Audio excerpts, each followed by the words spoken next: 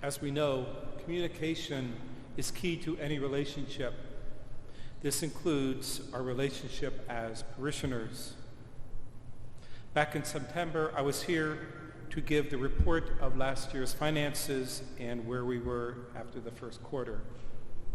So I thought it was important that I be here again to report after the second quarter, just to update you. I won't be doing this every quarter, but I think where we were last year, or the beginning of this fiscal year, was rather trying, and so I felt it was important to keep that communication going to let you know where we stand, which is much better.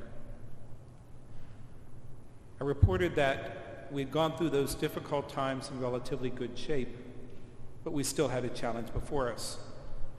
It was then in September that I presented to you a stewardship challenge that included both offertory and discipleship. Two of the main focuses, while some of the other parts of parish life have been altered or put on pause, that our spiritual life, our sacramental life, and the support to the work that we do remains, especially outreach to those in need. Basically, the challenge was to consider helping us with what was then a $29,000 shortfall in our offertory at the end of the first quarter, and to respond to with your usual generosity to all of the upcoming holiday outreach efforts, the Thanksgiving food drive, the clothing drives, those sorts of things, the Christmas tree drive, those sorts of things were needed to go on because the need not only was still there, but had increased. And so I'm here with you this weekend and to thank you first for your response. One of the things that we presented was looking at Christmas. If you remember, right before Christmas, we were concerned that we may not be able to accommodate the large crowds that we normally do. So I offered to you opportunities to help us spread out those congregations.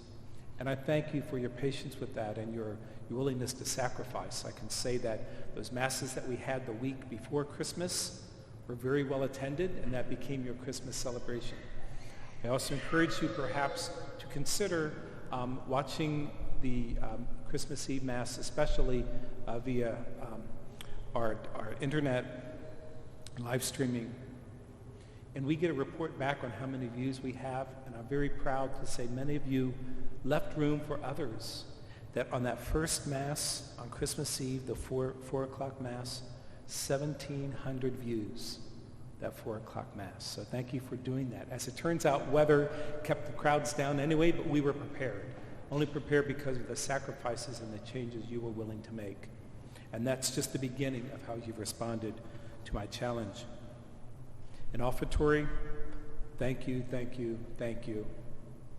You were able to take us from a $29,000 deficit after the first financial quarter to a $37,000 surplus after the second quarter. So again, thank you for increasing that offertory. That helps us continue the things that must be continued to taken care of. Next weekend, this statement will be in the bulletin, so you can look to that next weekend. But our total income, because offertory is part of it, it's a bulk of it. We also have some of our activities produce income. So overall, we had an income deficit. But in the end, including the expenses that our staff was very willing to make sacrifices and make sure of, in the end, we were still $53,000 in the black. So overall, our budget for the first half of the fiscal year has been very good, even through these challenging times. So again, that will be in next week's bulletin, and I thank you for your generosity. The second part of that challenge was through our discipleship outreach, the many programs that happen around the holidays. And this was in last week's bulletin, but I thought it was important to highlight as well. There were 4 areas. The Respect Life baby item collection was still able to send 20 boxes of clothing and supplies to Franklin, Delaware, and Vinton counties. And we were able to send along a $1,000 donation for St. Teresa Outreach. Our Knights of Columbus VA collection, which helps the veterans who are hospitalized in Chillicothe, 10 boxes of supplies were delivered to them. Thanksgiving food drive raised over $15,000 between parishioner contributions, our parish's men's club who oversee that effort, and St. Teresa Outreach. Again, St. Teresa Outreach has been very involved with this, and this happens to be the fifth Sunday, so there'll be a collection to ask you to continue to offer your support. Probably the biggest challenge before us was our giving tree, which is an important part of supplying Christmas for those families who are experiencing difficult times. Our St. Teresa group went out to find out what the need was in our various places where we distribute those collections. And so this wasn't a number that was just estimated. We really looked to see what the need was going to be this Christmas, and it turned out the need was going to be $30,000 in gift cards that we asked you to contribute to, and we received $31,000. So again, thank you for your amazing generosity in this time of need. That went to People in Need and Hope Emergency Program in Brown County. We also had to step up our outreach to our homebound because we couldn't visit them in the homes for some time. We're starting to begin that again very carefully and safely. But many of our groups, including our PSR students who made ornaments that went to the homebound, our Golden Classics who wrote cards, our homebound ministers who, rather than being able to go into the home, made calls often each week to our homebound. And so through that generosity and that willingness to serve, we were able to keep in touch with our homebound and continue to do so. We continue to make food donations to St. Lawrence Haven downtown and St. Stephen's Community Center and Help My Neighbor through your food donations. We're continuing to do that, and I'm very glad to see that happen. Our youth has been involved with this as much as well. We've asked them to focus on discipleship and to help the organizations that are outreaching to the poor to help that, and they've really stepped up and been able to participate in that. And our sandwich making group, with the help of our PSR families, made over 1,000 sandwiches that were delivered downtown to the cathedral and to St. Lawrence Haven. So this just shows how much generosity that's here, especially in time of need.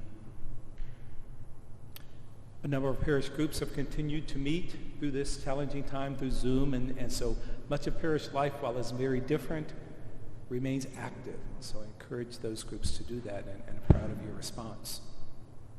We've been able to continue through our PSR staff, through our families, and our faith formation program, like confirmations, first communions, first confessions. They were quite challenging early on. We've caught up from last year, and we're figuring ways to make those happen this year as well. So again, thank you to especially the families of our sacramental children who have cooperated with what we've asked of them to do. Moving forward, the good news is, Bishop, I think I mentioned this last week, Bishop says Holy Week will happen, so we're very grateful for that.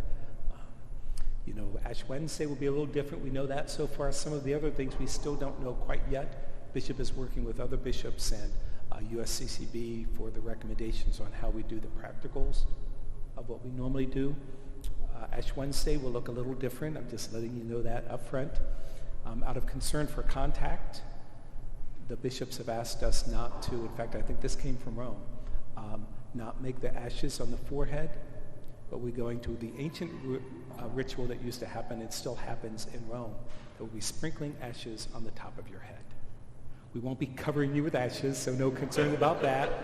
Hopefully you can wear white tops and white sweaters, hopefully without any too much damage, but we'll be lightly sprinkling. I think that's a dramatic thing, but we're doing that so just to let you know that that's going to be one of the first changes. We'll keep going through the rituals that we have through Lent and Holy Week with the bishop's guidance to let us know how we might maneuver some of those things.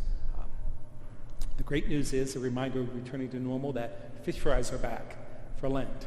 So the Knights have worked very hard in coordinating how we might make that happen, as a drive-through rather than come in to sit. So they've had a couple trials, and that's gone very well. So I thank the Knights for making that effort and showing us that things are starting to get back to normal. So watch the bulletin for those details on how you order the meals and pick them up. Again, thank you for all of your cooperation. Weather again has changed our attendance. So I'm going to have to ask all of you to go home and call 10 parishioners and tell them exactly what I just said.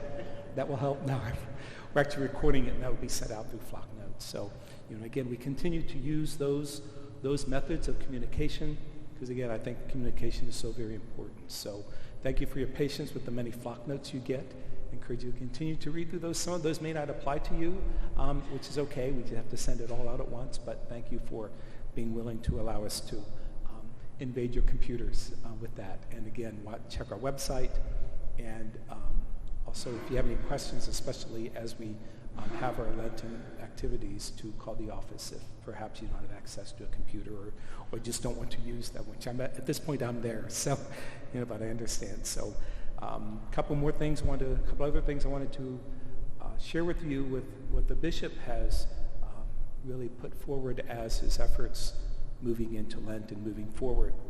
One of his efforts is a 40 days of adoration, which he's asked 40 parishes to each take one day where they will host an adoration period open to the whole diocese. And so St. Joan of Arc, with our active adoration group, was willing to step forward, and we'll have this in the bulletin as well. Monday, February 22nd is the day that we as a parish will be hosting to the whole diocese time to come in to pray before the Blessed Sacrament here in the church. Bishop Brennan will also be producing a video in the next couple weeks. Again, as we move forward, one of the questions that we have all been having, where do we go from here? Once things sort of return to normal and some limitations and protocols are lifted, where do we go from here? I think in a very pastoral way, he said the first question is, where are we now? So through a grant, they were able to work through a survey that will be given to each parish. So that will be coming out in the next couple weeks, but ask that you look forward to that. And what it is, it's an opportunity for us to measure where the spiritual needs are right now, coming through all of this and where we are now, and that will help us to guide where we go rather than just a shot in the dark. So it'll be very important. It's, surveys are surveys, and they do, but I think this one has a special importance. It will help us as a parish and the diocese to plan where we do go from here. So I think that'll be important information to have, so I encourage you to watch for that, and we'll make announcements to when that is available and how you can take part in that. So it is important to keep updated. We will continue to use our bulletin website, Flocknote, etc., and even perhaps mailings for all the activities coming up. I'd like to close by looking at the gospel, just very, very briefly, to look what happened there in the temple. Jesus came in, and it's only halfway through the first chapter of Mark that we see Jesus revealing his identity. And it says they were amazed with his words because he spoke with authority, not like the scribes. So first it was his words that spoke authority. And then his actions, as he drove out the demons, backed up that authority. I think that's an important statement for all of us, that when we put our faith into action, it has the authority of God and the power of God to do perhaps things we never thought we would be able to do, or say the things that at other times we might be silent. So let us, especially as we move into Lent, take that opportunity to put our faith into action as many ways as we can and as often as we can, knowing that the power of God is sustaining us through all of that, and allow people to witness and to see in our actions our confidence and our faith that when we act in his name.